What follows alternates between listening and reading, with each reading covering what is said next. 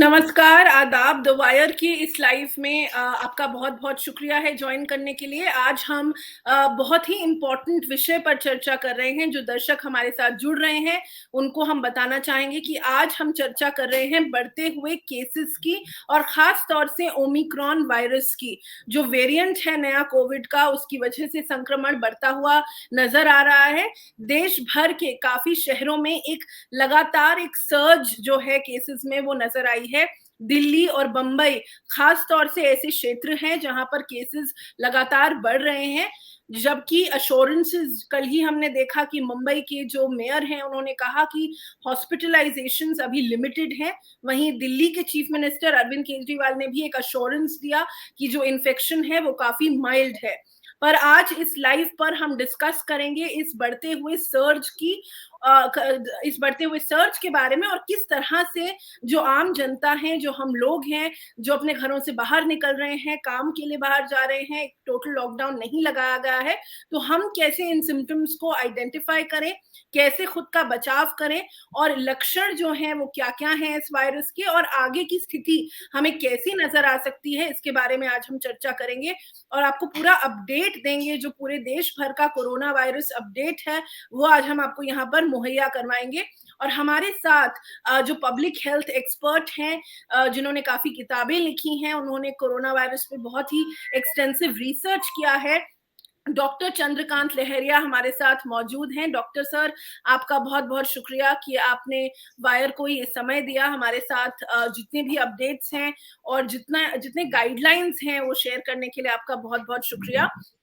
सबसे पहले हम अपने व्यूअर्स से यही बात करेंगे कि किस तरह का एक सर्ज नज़र आ रहा है, केसेस लगातार ज़रूर बढ़ रहे हैं, एक एंग्ज़ायटी का माहौल है जो नज़र आ रहा है, क्योंकि पिछली तरह जो सेकेंड वेव का एक्सपीरियंस है, वो काफ़ी लोगों के लिए काफ़ी दर्दनाक रहा, काफ़ी ट्रॉमेटिक रहा है वो एक्सपीरियंस। और सेम तरीके से एक जो लहर है वो दोबारा से हमको नज़र आ रही है कि वैसे हालात दोबारा से बन रहे हैं। तो सबसे पहले अगर आप हमें बताएं कि किस तरह के लक्षण नज़र आ रहे हैं और किस तरह की ये वेव आपको नज़र आ रही है, ताकि हम समझ पाएँ कि आगे की प्रक्रिया क्या हो सकती है? नमस्कार एंड धन्यवाद मुझे आमंत्रित करने के लिए। तो जैसा कि हम देख रहे हैं खबरों में, भारत में कल करीब 34,000 नए कोविड-19 केसेज आए थे। फिलहाल जो ट्रेंड दिख रहा है वो बताता है कि खास तौर से बड़े शहरों में दिल्ली, मुंबई और कुछ अन्य राजधानी जैसे शहरों में जो भी परिस्थिति 10 दिन पहले थी उसकी तुलना में काफ़ी अधिक संख्या में केसेज आ चुके हैं। खास तौर से मुंबई और दिल्ली में। बात यह भी है कि यही वो जगह हैं जहाँ पर ओमिक्रॉन की सबसे पहले रिपोर्टिंग हुई थी। यहाँ ओमिक्रॉन के जीनोमिक सीक्वेंसिंग कन्फर्म्ड केसेज भी अधिक हैं। अब बात करते हैं कि क्यों बढ़ रहे हैं। तो हालाँकि अगर हम एब्सोल्यूट नंबर ऑफ ओमिक्रॉन के केसेज की देखें, तो करीब 1700 हैं, जबकि भारत में काफ़ी बड़ी संख्या में केसेज रिपोर्ट हो रहे हैं। लेकिन उसकी वजह यह है कि ओमिक्रॉन का जो कन्फर्मेशन होता है, वो जीनोमिक सीक्वेंसिंग के माध्यम से होता है, जबकि वो कोविड-19 है या सार्स-कोवी-2 है या नहीं है, या आरटी-पीसीआर से पता चल जाता है। तो दूसरा तरीका उसका देखने का यह है कि जिस भी राज्य ने, जैसे दिल्ली या जिस शहर में अगर काफ़ी सारे कोविड-19 के कन्फर्म सैंपल्स भेजे गए हैं, उनमें से आनुपातिक रूप से कितने ओमिक्रॉन के केसेज़ हैं, और उसके आधार पर अंदाज़ा लगाया जा रहा है कि भारत में फिलहाल जो सर्ज हो रही है, वो ओमिक्रॉन के केसेज़ की वजह से हो रही है। दिल्ली और मुंबई जैसे शहरों में 50 से 80% जो जीनोमिक सीक्वेंसिंग हुई है, उसमें ओमिक्रॉन पाया गया है। फिर बाकी दुनिया से भी हम देख चुके हैं कि बाकी दुनिया में अनुभव है कि ओमिक्रॉन एक 3 से 4 गुना अधिक संक्रामक है डेल्टा की तुलना में। लेकिन फिलहाल जो उपलब्ध साक्ष्य हैं, वो कहते हैं कि उससे गंभीर बीमारी नहीं होती है, और लगभग वही ट्रेंड चल रहा है कि केसेज़ की संख्या हर दिन बढ़ती जा रही है जहाँ-जहाँ टेस्टिंग हो रही है, लेकिन हॉस्पिटलाइज़ेशन में जो ट्रेंड है, वो अच्छी बात है कि थोड़ा-सा कम है। अब आने वाले समय में क्या होगा, यह कहना मुश्किल है, लेकिन एक बात साफ है कि कम से कम बड़े शहरों में एक तीसरी लहर की तरफ हम बढ़ चुके हैं। संभवतः भारत में भी एक तीसरी लहर आ जाए। कहना मुश्किल होगा कि किस राज्य में किस स्तर पर आएगी, लेकिन फिलहाल जो ट्रेंड नज़र आ रहा है, वह दर्शाता है कि ओमिक्रॉन की वजह से भारत में केसेज़ बढ़ रहे हैं। जी, और इसी जो सर्ज को जो आपने बताया कि 34,000 से ज़्यादा केसेज़ आए हैं, लगातार टेस्टिंग भी इंक्रीज़ कर दी गई है। तो उसके साथ-साथ जो दर्शक हमारे देख रहे हैं कि किस तरह के लक्षण हमें इस वेरिएंट में, इस पर्टिकुलर सर्ज में देखने को मिले हैं और किस तरह से हम इसे आइडेंटिफ़ाई कर पाएँ। जैसे कि ये माइल्ड इन्फेक्शन इसको ज़रूर कहा जा रहा है, पर खतरा उसका अभी भी बरकरार है और केसेज़ इतना ज़्यादा इंक्रीज़ हो चुके हैं कि लगातार फैल रहे हैं। तो कैसे हम खुद को आइडेंटिफाई करें कि अगर हम वल्नरेबल हैं या क्या सिम्पटम्स हैं, वो कौन से लक्षण हैं जिनके बारे में हमें केयरफुल रहना चाहिए? तो एक और अच्छी बात यह है कि जैसे कि डेल्टा वेरिएंट में अगर 100 लोगों को संक्रमण पाया जाता था, तो उनमें से करीब 15 से 20 लोगों को मॉडरेट टू सीवियर इलनेस होती थी, जिसमें उनको हॉस्पिटलाइज़ेशन की ज़रूरत होती थी।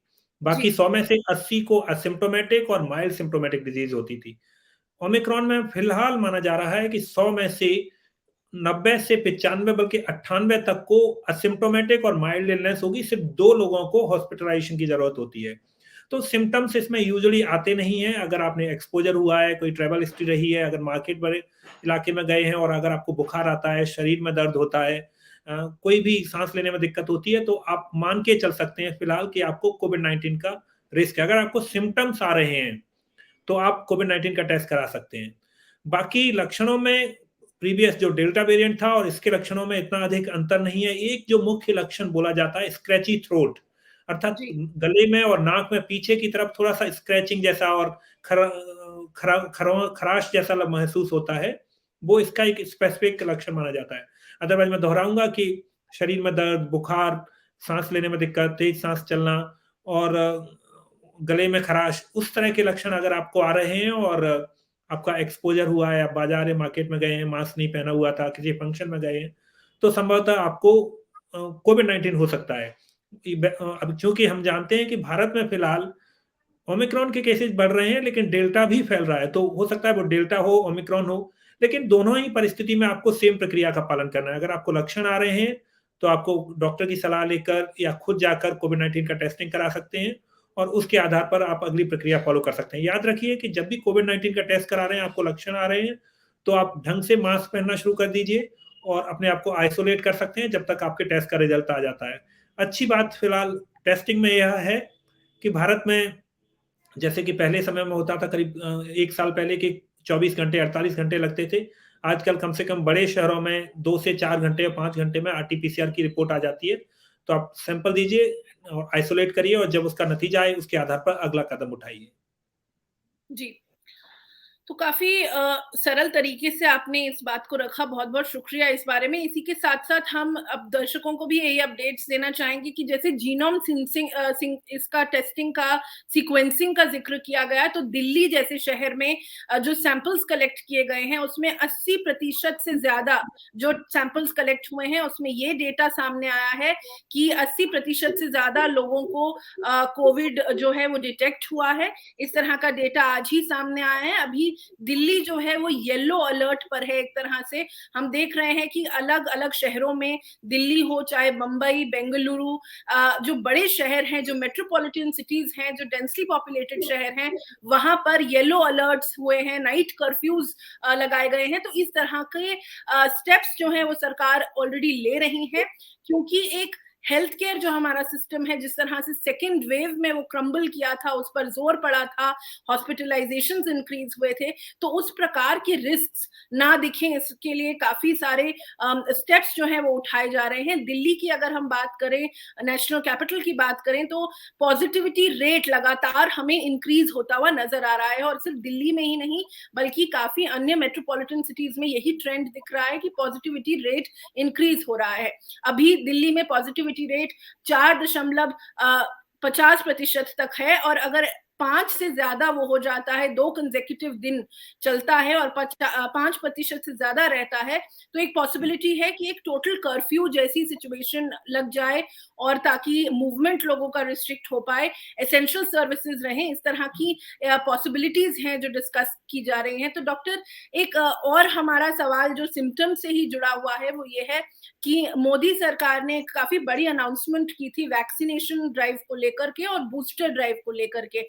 तो अभी जो यंग लोग हैं, जो टीनेजर्स हैं, उनका वैक्सीनेशन ड्राइव जो है वो अभी शुरू हुआ है और बूस्टर ड्राइव की अगर हम बात करें तो वेयर आर वी, अभी हम किस स्थिति पे पहुंचे हैं, किस स्तर पर हम हैं, जहां पर एक पॉपुलेशन जो है वो वैक्सीनेटेड है, या आगे हमको किस तरह की स्थिति दिख रही है जहां तक प्रोटेक्शन की बात हो वायरस के खिलाफ। तो जहां तक संक्रमण की बात आती है, और हम देख रहे हैं कि हर राज्य में, खासतौर से मुंबई और दिल्ली में संक्रमण तेजी से बढ़ता जा रहा है। अभी आज की जो रिपोर्ट आई है उसके आधार पर 4000 से अधिक नए केसेज रिपोर्ट हुए हैं दिल्ली में, और टेस्ट पॉजिटिविटी रेट 5% से क्रॉस कर गई है। अगर हम ग्रेडेड रिस्पांस एक्शन प्लान की बात करें दिल्ली की, तो यह परिस्थिति वो है जिसमें लॉकडाउन हो सकता है।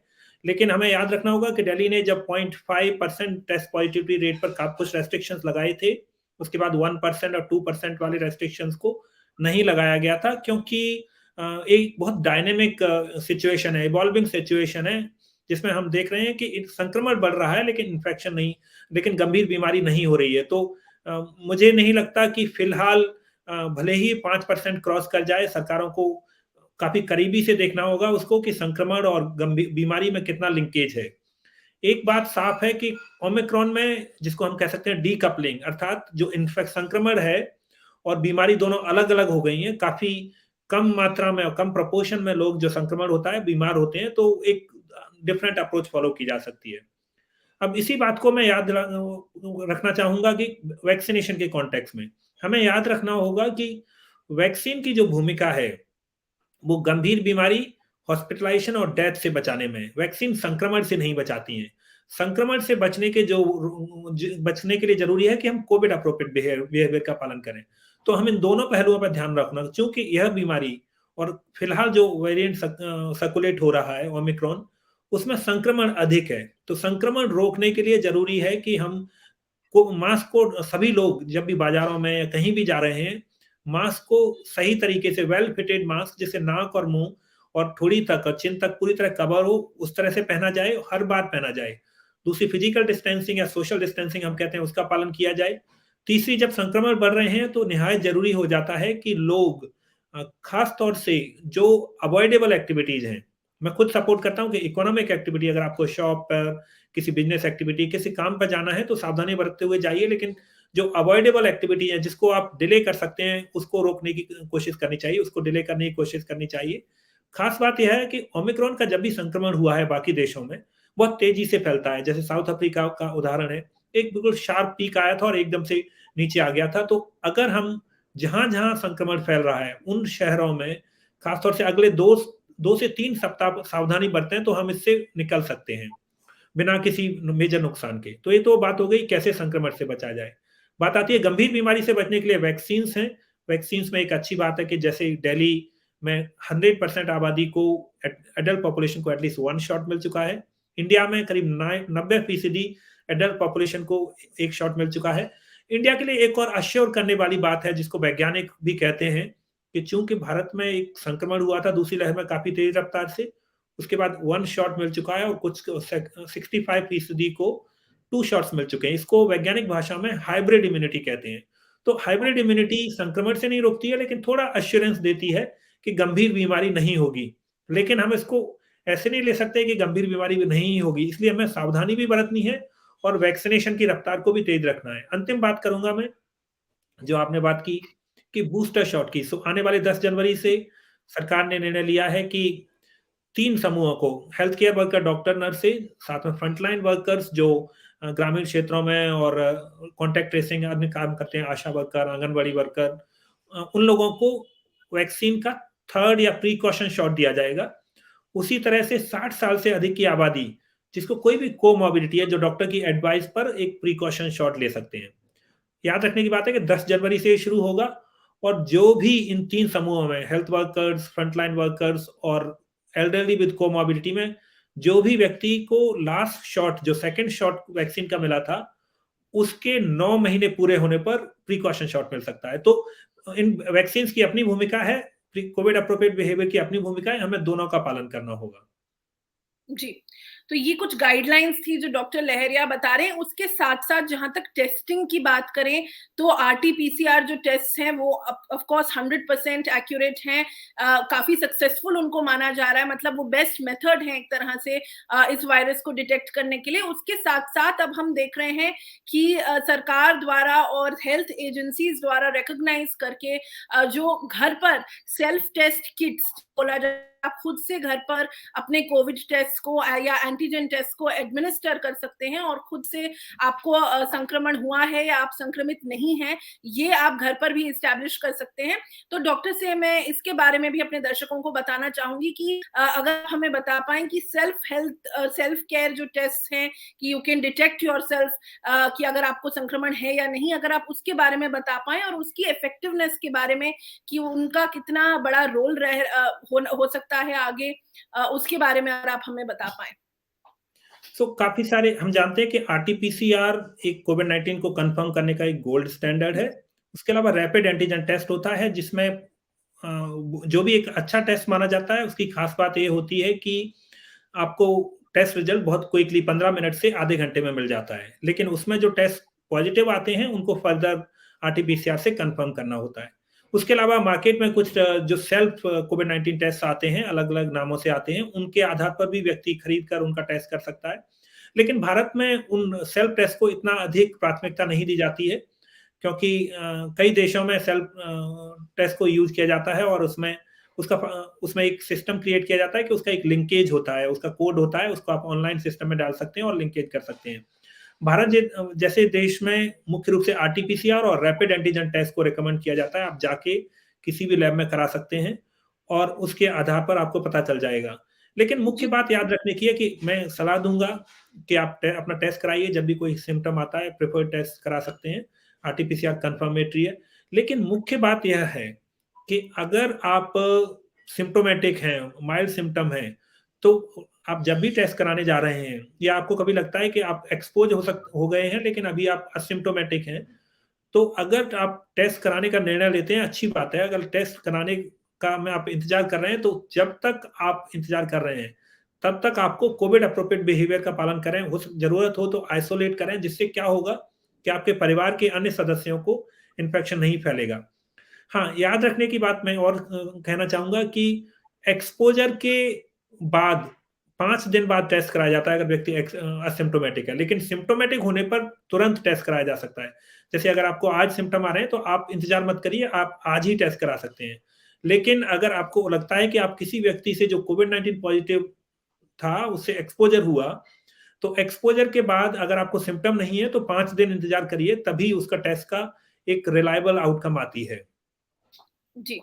और डॉक्टर, अगर आप एंटीजन जो किट्स हैं, एंटीजन किट्स क्या होती हैं और एंटीजन किट्स कितनी इफेक्टिव हैं, अगर उसके बारे में आप हमें बता पाएँ इसी के साथ, क्योंकि ये बात जुड़ी हुई है बिल्कुल।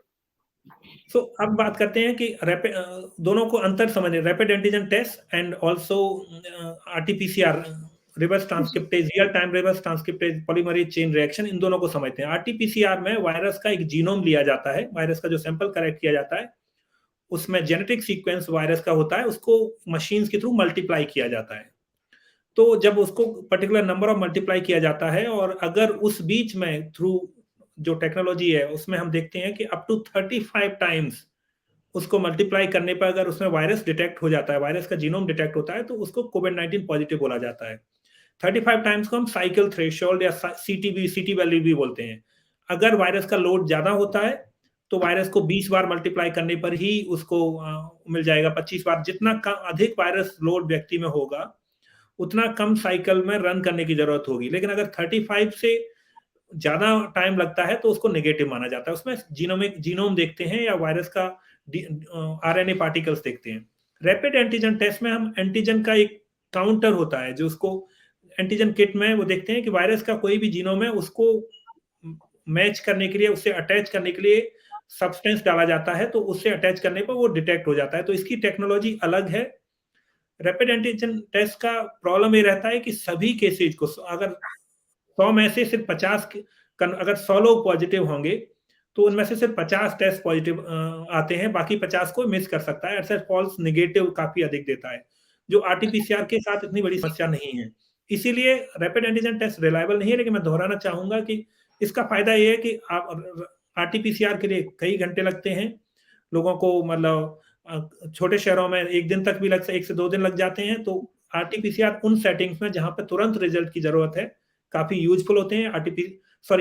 रैपिड एंटीजन टेस्ट जहां पर तुरंत रिजल्ट की जरूरत होती है वहां काफी यूजफुल होते हैं, और खासतौर से कम्युनिटी सेटिंग में जहां पर हमें इमीडिएट टेस्ट करना है समझने के लिए, वहां पर यूजफुल होते हैं।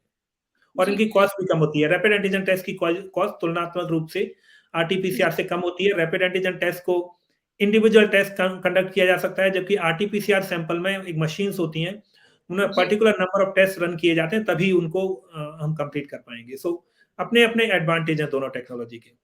बिल्कुल। तो हम दर्शकों को लगातार बता रहे हैं, पूरा एक कोविड की जो स्थिति बन रही है देश में, उसकी अपडेट दे रहे हैं। एक आखिरी सवाल मैं आपसे पूछना चाहूँगी कि दुनिया भर में जो पैटर्न्स नज़र आ रहे हैं, हमें जो स्थिति नज़र आ रही है, अगर उससे हम इंडिया को कंपेयर करें, भारत को कंपेयर करके देखें, तो किस तरह का पैटर्न आपको आगे नज़र आ रहा है कि कितने हफ्तों में शायद ये सिचुएशन जो है वो कंट्रोल में आ सकती है? या आगे की स्थिति आप कैसे प्रिडिक्ट कर पा रहे हैं देखकर बाकी पैटर्न्स को, अगर हम कंपेयर करें? तो सबसे बड़ी बात है कि भारत में अभी फिलहाल जो सर्ज आया है, केसेस राइज हो रहे हैं, वो मेजर सिटीज में हैं। लेकिन इस बात में कोई डाउट नहीं है कि अगर वायरस, हम जैसा कि भारत में करीब 20 राज्यों में ओमिक्रॉन रिपोर्ट हो चुका है, तो वायरस अलग अलग राज्यों में सर्कुलेट हो रहा है। तो इन सारी, अगर हम बाकी दुनिया में जो हुआ उन बातों पर ध्यान रखें और भारत में जो हो रहा है, तो संभव है कि शुरुआत में राइज मेजर सिटीज में होगी और केसेस बढ़ने लगेंगे। हो सकता है 2 से 3 सप्ताह केस बढ़ने के बाद एकदम से सडन डिक्लाइन आए, क्योंकि इस समय तक लोग कोविड अप्रोप्रिएट बिहेवियर का पालन भी करने लगेंगे और एक्सपोजर भी हो जाएगा। लेकिन जब तक, अगर दिल्ली और मुंबई में केसेस डिक्लाइन हो सकते हैं और मेजर सिटीज में केसेस डिक्लाइन हो सकते हैं, उसके बाद पूरी तरह संभावना है कि बाकी राज्यों में और उनके मीडियम टाउन और स्मॉलर टाउन में भी केसेस रिपोर्ट हो सकते हैं। तो हमें पूरे देश में तैयार रहना होगा, कोविड अप्रोप्रिएट बिहेवियर का पालन करना होगा इंडिविजुअल लेवल पर। लेकिन साथ में मैं यह भी कहूंगा कि सरकारों की भी इसमें अहम भूमिका है। सरकारों को खास तौर से, क्योंकि इसमें संक्रमण गंभीर नहीं होता है, तो जी। हॉस्पिटल बेड्स पर और ऑक्सीजन बेड्स पर ध्यान देने की जरूरत है। साथ में जो प्राइमरी हेल्थ सेंटर्स होते हैं, स्मॉलर हेल्थ केयर फैसिलिटी होती है, उनको सुदृढ़ करने की जरूरत है। और अंत में मैं कहना चाहूंगा कि केसेस बढ़ सकते हैं, लेकिन जैसा कि हम देख रहे हैं, अभी वो फिलहाल वो परिस्थिति नहीं है कि हमें चिंता करने की, पैनिक करने की जरूरत हो, घबराहट की जरूरत हो। हाँ, ये बात निश्चित रूप से कहनी होगी कि हम अब से करीब 1 महीने पहले थोड़े से निश्चिंत हो गए थे कि अब भारत में कोविड-19 खत्म हो गया है, लेकिन वो परिस्थिति बदल गई है। 1 महीने पहले लोग मास्क का इस्तेमाल नहीं कर रहे थे। अब बदली हुई परिस्थिति में निहायत जरूरी हो जाता है कि लोग सारे कोविड अप्रोप्रिएट बिहेवियर का पालन करें। जिनको वैक्सीनेशन रह गया है, वो वैक्सीनेशन पूरा करें। ओमिक्रॉन ने थोड़ी परिस्थिति बदल दी है। फॉर्चुनेटली गंभीर बीमारी नजर नहीं आती है, लेकिन हाई रिस्क लोगों को, खासतौर से जिनको कोई भी बीमारी है, एल्डरली है, एडल्ट पॉपुलेशन हो, उनको बाकी लोगों की तुलना में अधिक सावधानी बरतनी है। जी। अगर हमें हमें इन सारी बातों का ध्यान रखना होगा। और साथ में अंतिम पॉइंट मैं कहना चाहूंगा कि बिल्कुल। आप जहां भी रहते हैं, किसी भी दिल्ली में, मुंबई में, किसी भी अन्य छोटे शहर में, तो आप अपने जिले में, अपने राज्य में जो ओमिक्रॉन की या कोविड की स्थिति है, उस पर नजर रखिए। और उसके हिसाब से अगर आपको लगता है कि कोविड अप्रोप्रिएट बिहेवियर, अगर आपको लगता है कि केसेस बढ़ रहे हैं, तो आप अपनी सावधानी के लिए, अपने परिवार की सावधानी के लिए और अपने आसपास की सावधानी के लिए कोविड अप्रोप्रिएट बिहेवियर का खुद पालन करना शुरू कर दीजिए और आसपास के लोगों को भी बोलिए। जी। तो बहुत-बहुत शुक्रिया डॉक्टर लहरिया। ये हम आपको पूरी स्थिति बता रहे थे कोविड की, जो अभी देश भर में चल रही है। लगातार हमने इस लाइव ब्रॉडकास्ट पे आपको यही बताया कि जो इन्फेक्शंस हो रहे हैं, अभी जो करंट सर्ज हो रहा है, उसमें इन्फेक्शंस माइल्ड ही हैं, पर घबराने और पैनिक करने की ज़रूरत नहीं है। उसके साथ-साथ एक्सट्रीम कोविड एप्रोप्रिएट बिहेवियर, जो सारे स्टेप्स हैं, यानी कि मास्क लगाना से सोशल डिस्टेंसिंग मेंटेन करना, अपनी वैक्सीनेशन कंप्लीट करना, ये जो बिहेवियर हैं, ये अनिवार्य हो गया है। ये बहुत ही महत्वपूर्ण हो गया है। जिस तरह से हम निश्चिंत थे, उस तरह हम नहीं रह सकते हैं, और पूरी पॉपुलेशन को इसमें एकजुटता से एफर्ट्स करने होंगे, ताकि ये सर्ज जो है वो 2 से 3 सप्ताह के अंडर कंट्रोल में आ जाए और आगे हमारी जो स्थिति है वो गंभीर ना होती नजर आए। तो लहरिया सर, बहुत बहुत शुक्रिया, आपने सारी टिप्स हमें दी और पूरा एक तरह से एक ओवरव्यू आपने जरूर हमें दे दिया। हम लगातार आपसे जुड़ते रहेंगे कोविड के और ओमिक्रॉन के नए अपडेट्स के साथ साथ। द वायर की इस लाइव को देखने के लिए बहुत बहुत शुक्रिया।